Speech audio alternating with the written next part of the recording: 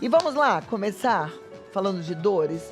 Eu sei que tem muita gente sofrendo, né? É dor no ombro, dor no joelho, no cotovelo. Afinal de contas, viver é muito bom, mas esse processo de amadurecimento envolve algumas perdas.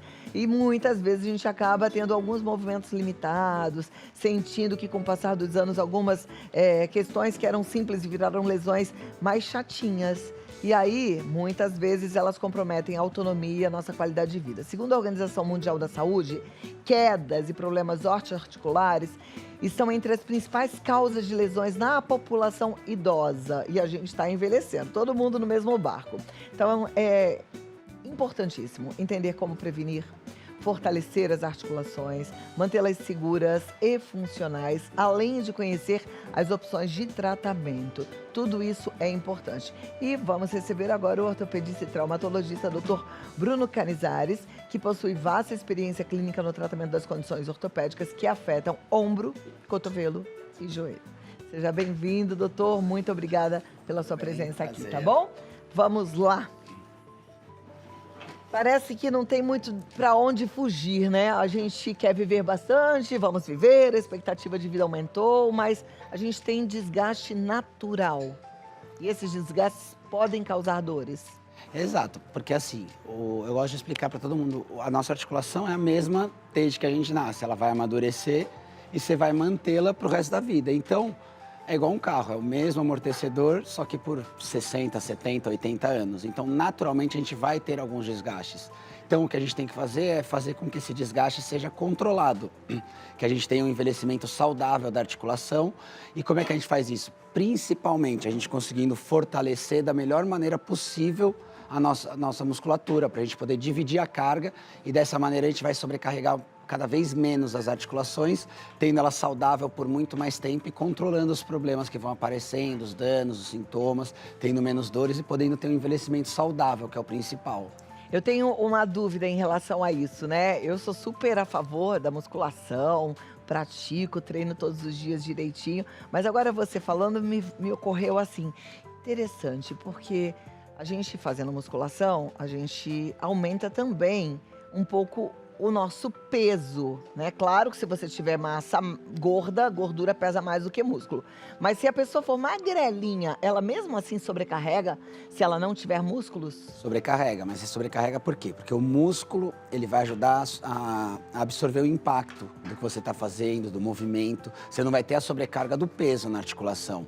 Mas não é só essa sobrecarga que existe. Quando a gente não tem o músculo, você vai ter os impactos repetitivos de andar, de correr. Você não tem músculo, você não protege a articulação, você tem um risco maior de ter uma torção, cair, tropeçar e você não tem o equilíbrio necessário. Então você sempre vai sobrecarregar a sua articulação pela falta de musculatura. E eu vou ganhar massa magra, então eu vou estar mais pesado. Mas ao mesmo tempo, esse músculo vai estar mais forte. Então ele vai ser capaz de suportar esse peso a mais que você ganhou, sem sobrecarregar a sua articulação. Entendeu? Então não tem desculpa. Não tem como você falar assim, não, eu vou ficar sem treinar porque eu não quero sobrecarregar a articulação. Não existe isso, pelo contrário. Tem que fazer exercício físico e musculação, pelo menos ao meu modo de enxergar, vira remédio a partir de uma determinada fase da vida, né? Exato. Eu gosto de falar para as pessoas o seguinte, o exercício físico ele vai ser o remédio mais prático e mais barato que você vai encontrar. Então, trata como remédio mesmo. Você vai ter que fazer todos os dias, ou pelo menos 3 vezes por semana, com uma grande frequência, de uma maneira variada, com cuidado também, porque tudo em excesso, excedendo peso, excedendo volume, você pode se machucar. Mas ele é um remédio, porque ele não vai tratar só os problemas articulares, que é a minha especialidade, mas ele vai melhorar a circulação, vai diminuir o risco de hipertensão, vai diminuir a diabetes, diminuir o sobrepeso, então vai melhorar o colesterol. Então ele vai ter um benefício em tudo ao mesmo tempo. Sendo que os medicamentos que a gente toma, você vai tratar um remédio para cada problema que você tem. Perfeito. Agora, quando eu penso na nossa manutenção, eu gosto muito de fazer um paralelo com o carro, porque eu acho que a gente entende melhor, né? Aí eu penso assim, bom, fizemos musculação, estamos fazendo o tempo todo, o nosso pneu tá cheio, ele tá cheio, então não vai bater tanto, não vai acabar com a suspensão do carro, porque tá tudo bonitinho. Mas aí a gente precisa de combustível, de óleo, tem alguma coisa que possa lubrificar melhor as nossas articulações? Tem. A gente tem várias coisas, assim, inclusive tem vários estudos mostrando, a gente sempre fala da suplementação de colágeno, né? Todo mundo fala, eu tomo colágeno com ácido hialurônico. Aí tem gente que fala, mas o estudo fala, mas aí você degrada no estômago, não absorve. O que eu gosto de falar é assim, não é nenhuma garantia que a gente vai aumentar isso daí no organismo. Vou tomar colágeno, então não vou ter desgaste. Não é assim. O que a gente sabe que os estudos mostram eu tomo colágeno, uma grande parte é degradada mesmo no intestino, no estômago, mas uma boa parte a gente absorve. E a gente vai deixar, é como se você deixasse... Pensa assim, o colágeno que a gente faz até uma fase da vida e não consegue produzir novamente na mesma velocidade que a gente desgasta. Simplificando, a gente consegue dizer, então, eu vou perder mais colágeno do que eu vou fazer. Então, o que eu posso fazer para tentar diminuir essa velocidade? Então, as nossas células, igual da pele, por que a gente corta e cicatriza? Porque nosso corpo faz uma renovação das células. Ele tenta fazer isso com a cartilagem. Então, mas ele não consegue. Se a gente tem mais colágeno disponível, mesmo que ele não vai repor o que já perdeu, você vai melhorar um pouco isso. Então, você diminui um pouco esse desgaste que você vai tendo ao longo da vida. Então, assim, tudo que a gente pode fazer é tentar diminuir o desgaste. Aí você aumentar a ingestão de ácido hialurônico também com suplementos, você aumenta a viscosidade do líquido, então é como se você jogasse óleo na junta, então ela vai lubrificar e vai ter menos atrito, tendo menos atrito você vai tendo menos desgaste. Então são coisas que têm benefício sim, principalmente para quem começa a ter um certo desgaste. Perfeito. Bom, quando a gente pensa em prevenção, eu acho que basicamente é alimentação, exercício físico, sono de qualidade faz diferença? O sono ele faz para a recuperação do corpo em geral, né? O que a gente tem que tá mais comprovado é o seguinte, o sobrepeso, ele é com certeza o que mais vai acelerar o desgaste das nossas articulações de carga. Então, quadril, joelho, tornozelo e coluna, tá? Então, tem até um estudo bem antigo que mostra que cada quilo que a gente está acima exerce uma pressão extra de 3 quilos no joelho. Então, tô só um pouquinho acima do peso, seu joelho está recebendo uma pressão extra de 3 para cada quilo que você está acima. Pode ser que mesmo assim, o corpo humano não lê livro, né? Então pode ser que mesmo assim a pessoa ela não vai ter uma artrose, não vai ter um desgaste da articulação, até pode, mas a probabilidade é muito menor. Né?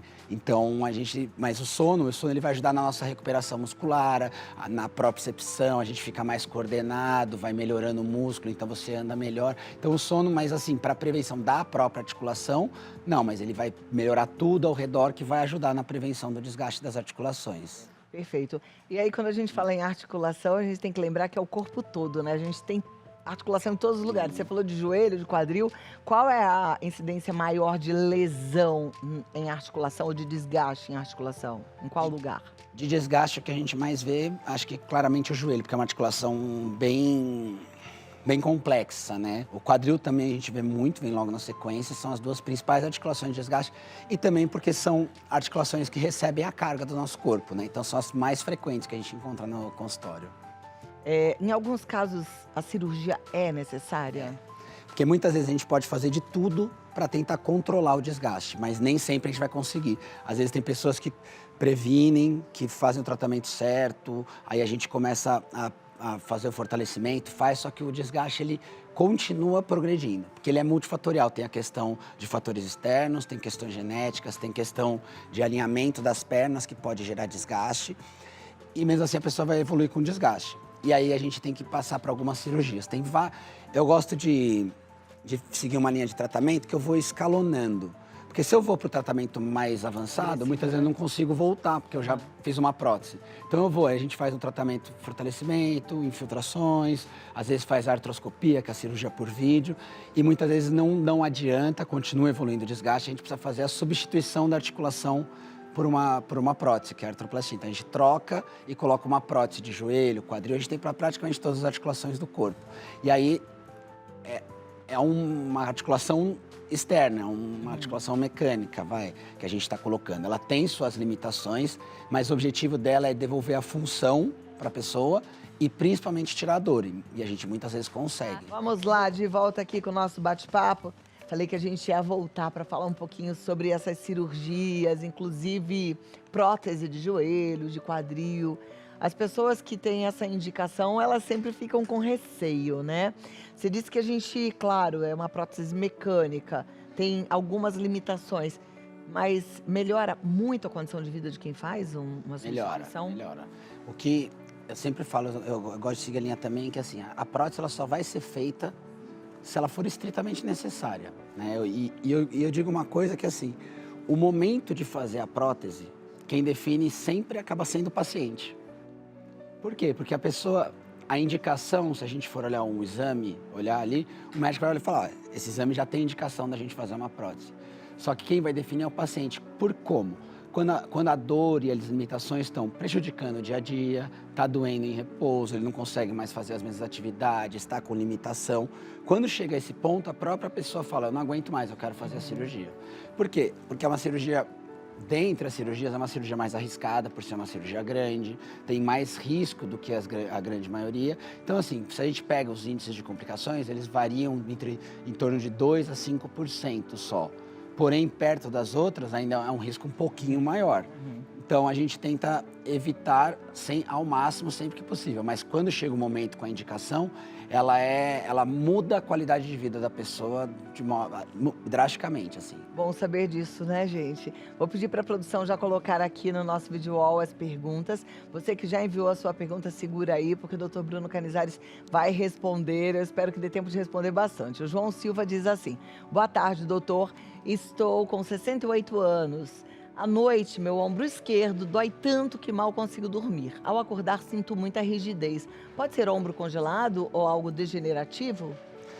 Pode. Pelo quadro, assim, as dores no ombro, geralmente elas têm a característica de doer mais à noite. Por várias razões, principalmente porque a principal causa são uma inflamação dos tendões do manguito, que a gente fala que são os principais tendões que fazem a gente ter os movimentos do ombro. E a gente passa o dia movimentando o braço. Então, à noite, a gente tende a ter essa característica de ter uma dor mais intensa à noite, né? E aí, as principais causas de dor no ombro, que principalmente à noite, são o ombro congelado, que ele tem uma limitação, porém não seria só de manhã, uma limitação. Ombro congelado é aquela capsulite? Isso, é a capsulite adesiva, que a gente chama comumente de ombro congelado. Ela vai gerando uma limitação. Por que a capsulite é o quê? Nossa articulação ela é envolta pela cápsula articular, todas do corpo. E por diversas causas, por um processo inflamatório ou idiopático, sem causa específica, essa cápsula começa a ficar mais grossa. Só que ela é um lumen, então ela fica mais grossa para dentro e para fora. Então ele começa a limitar o espaço onde o ombro mexia. Então ele vai tendo menos espaço para mexer, então você vai começando a diminuir a amplitude. E aos poucos vai diminuindo e vai dando muita dor por causa desse processo inflamatório. Essa é uma das principais causas, mas a dor também, mas essa limitação ela ficaria o dia todo, não apenas ao acordar.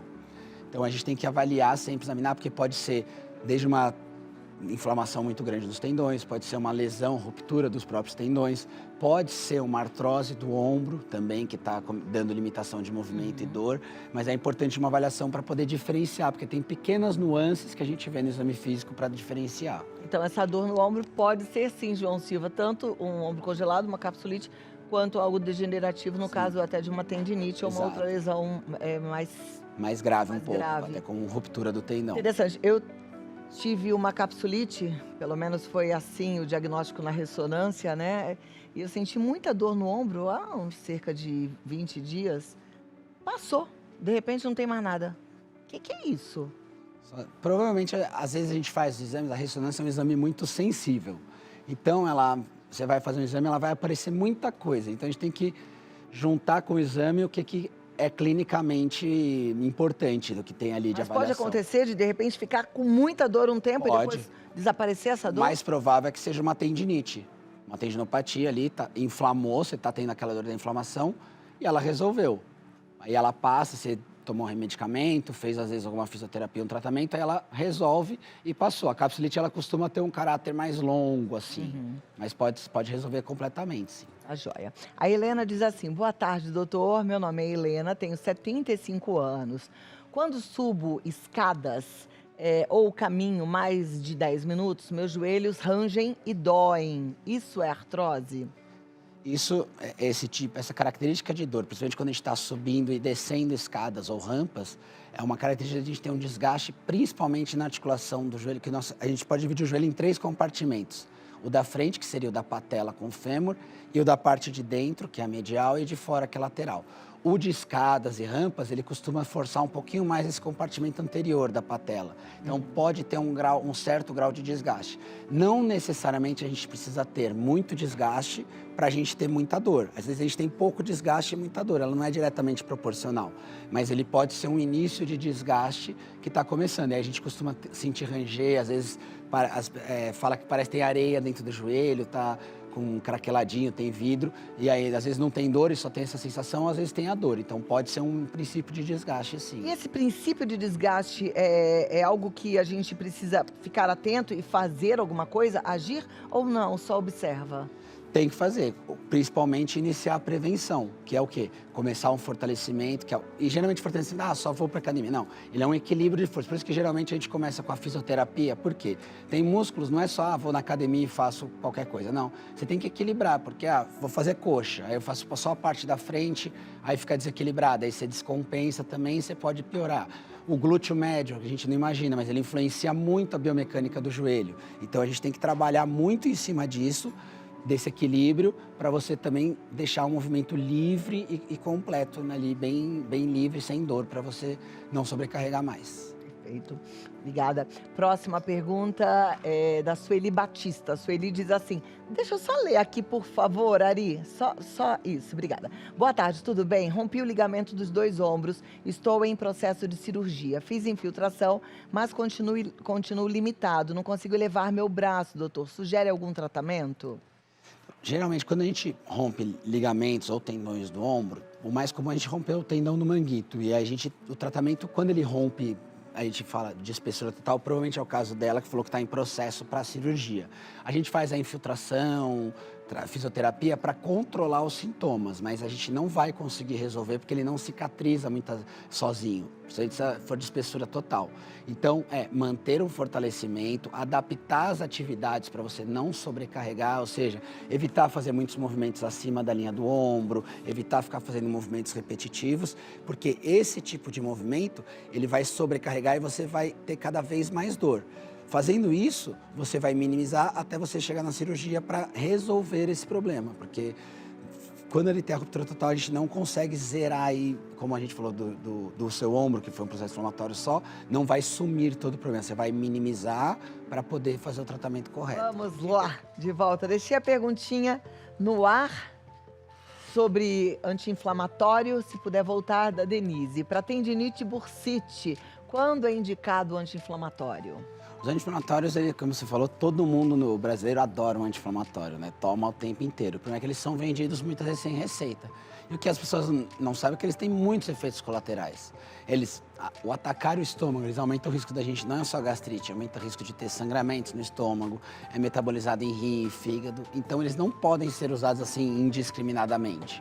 Eles, óbvio, são excelentes remédios, eles têm uma excelente ação, mas a gente tem que tomar muito cuidado na hora de tomar anti-inflamatório. Então, quando a gente está na fase aguda do problema, piorou a dor, está muito forte, a gente faz ciclos de anti-inflamatório. Alguns anti-inflamatórios a gente pode tomar por 7 dias, alguns a gente tem segurança por tomar por 14 dias direto, outros que acabam manipulando, a gente faz uma dose baixa e usa por períodos mais longos, mas ele tem que ser, o ideal é que ele seja prescrito por um médico, para saber o risco para você, ele vai te fazer perguntas se você tem risco ou não tem, algumas doenças associadas, para saber se você pode ficar tomando ou não e por quanto tempo ele vai te falar. Você pode tomar por esse período. Então isso é o mais importante, para a gente não correr riscos de piorar a nossa saúde geral, porque estava com uma dor, falar quero resolver e ficou tomando ali um anti-inflamatório e aí acabou tendo uma insuficiência renal ou outros problemas muito mais graves. E tem mesmo risco, viu? Aliás, a gente está chegando aqui nessa época de final de ano, muitas festas.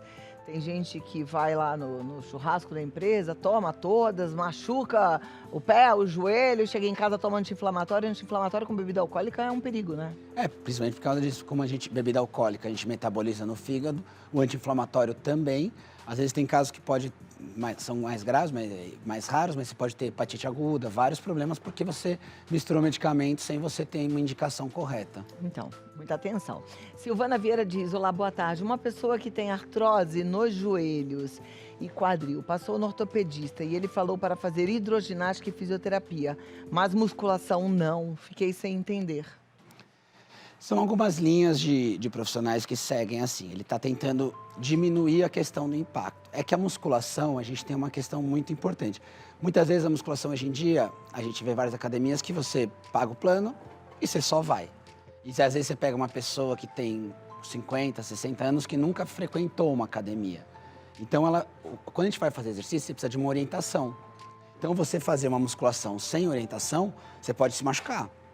Então, quando a gente fala, quando eu oriento, você pode fazer, primeiro que eu falo, você pode fazer qualquer atividade de fortalecimento que você goste, é a principal, porque você vai ter que fazer ela daqui para o resto da vida.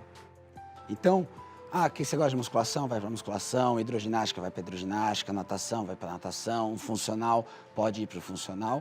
Só que você tem que ter um profissional que vai te orientar, você vai falar, faça o relatório, porque vai falar o problema que você tem, que ele vai designar qual exercício você pode fazer sem gerar impacto, porque fazer um exercício errado, você também pode se machucar. Sim. Então, é por isso que muitos profissionais preferem não indicar musculação, porque sabem que a pessoa não vai conseguir fazer com a orientação adequada, um profissional corrigindo o movimento. Mas se ela for ter, às vezes, um personal, alguém que vai ensinar e corrigir o movimento, também é um exercício indicado.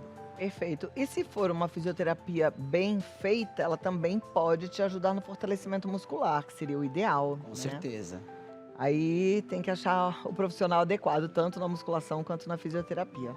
Próxima pergunta, vamos lá para a tela. Obrigada, Suzane.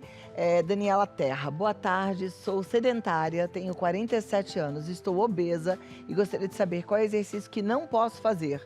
Tenho dor na patela de um dos joelhos. O exercício que ela não pode fazer, eu já sei. Levantamento de garfo. Exatamente. Esse não pode. Nem ficar sentada. Mas é exatamente isso que eu estava falando. Qualquer exercício está indicado, desde que a pessoa respeite o próprio limite do corpo, respeite as limitações que ela tem e faça uma progressão gradual de carga. Tá? Então, como a gente está falando, ela precisa fortalecer, tem que fazer exercício de fortalecimento. Eu quero corrida, eu quero fazer caminhada. Pode fazer, mas você precisa fazer o quê? Você tem que fazer um fortalecimento junto para o músculo estar adaptado para poder aguentar correr, aguentar caminhar, sem você se machucar. Então, o importante é o quê? Começar a fazer exercício. Isso é o mais importante para ela. Que isso aí vai mudar. E outra coisa, nunca é tarde para começar a fazer exercício. Tenho 47, tenho 57, tenho 70 anos. Todo momento em que você começar o exercício, ele vai te trazer benefício. E 47 anos, Dani, é uma menina, né? É uma menina, vai te ajudar inclusive na questão da obesidade. Você começar a fazer musculação, por exemplo, que aumenta o metabolismo.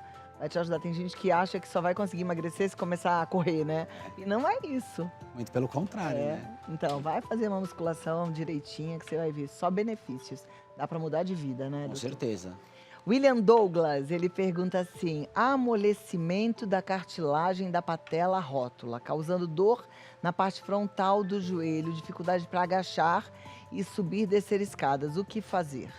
O amolecimento, ele é o primeiro grau do desgaste que a gente tem, né? Então, ele vai ter só amolecimento. Então, é o grau 1, tá bem no princípio, tá muito no princípio. Então, é isso que a gente falou. Ele tem que reequilibrar essa musculatura. Ele não está proibido de fazer exercício, de agachar. Ele vai ter que controlar a amplitude do agachamento, começar a fortalecer as musculaturas acessórias, equilibrá-las, para que esse movimento comece a ficar livre e sem dor.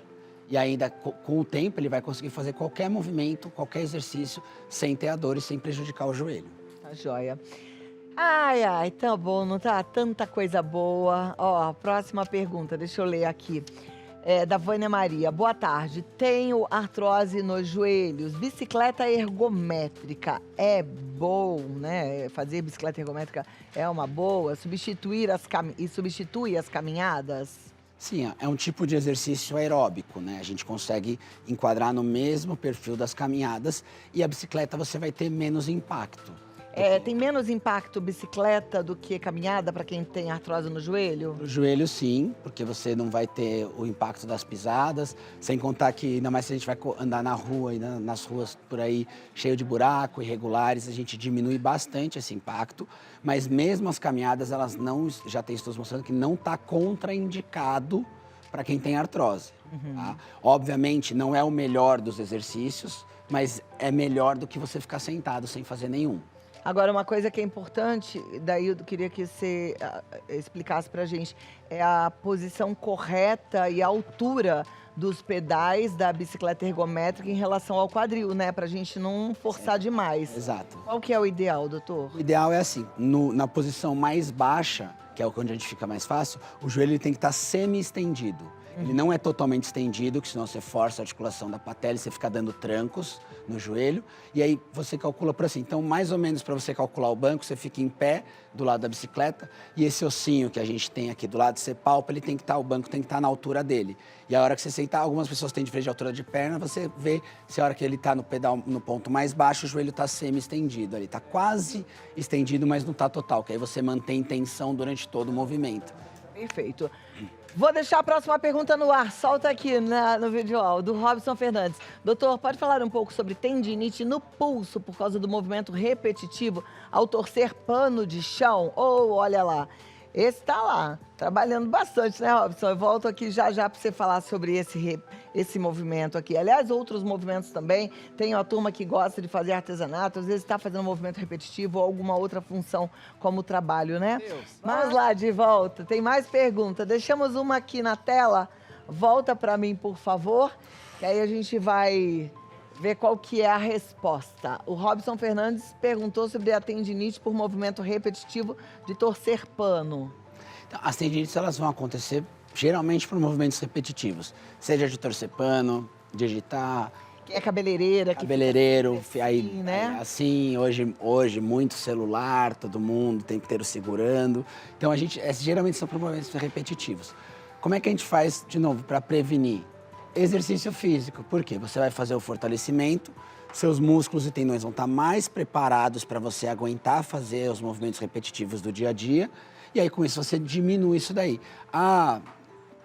Já estou com a tendinite, aí vai ter um momento em que a gente vai fazer o uso do anti-inflamatório, vai ter que começar a tratar, e aí a gente começa com a fisioterapia, que são exercícios controlados para readaptar aquele tendão, para tirar o processo inflamatório, melhorar a qualidade dele e aí você conseguir voltar a fazer as atividades do dia a dia sem dor.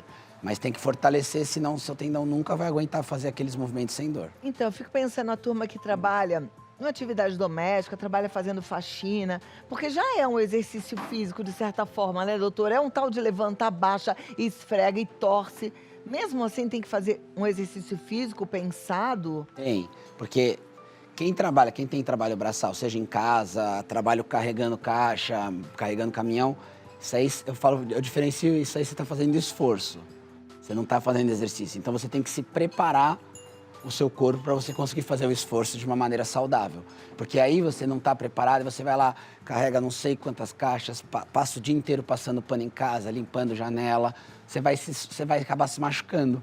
Porque você vai ter muita dor, muita inflamação, porque seu corpo não está preparado para um trabalho intenso, que a grande maioria das pessoas faz. Então você tem que se preparar para conseguir fazer.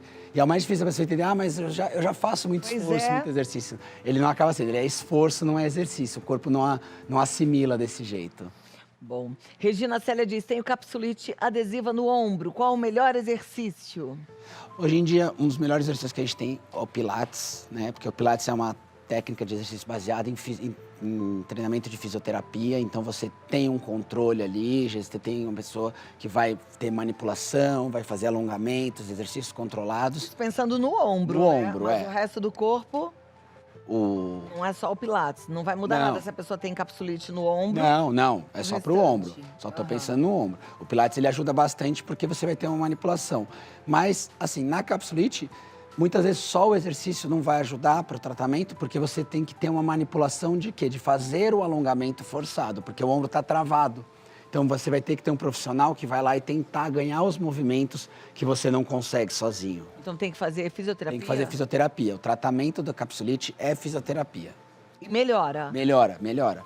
Cerca de mais de 90% resolve só com a fisioterapia. Muito bem, obrigada, Regina. A próxima pergunta é da Sibila Marisa. Boa tarde, tenho artrose, desgaste total nos 2 joelhos e nos quadris.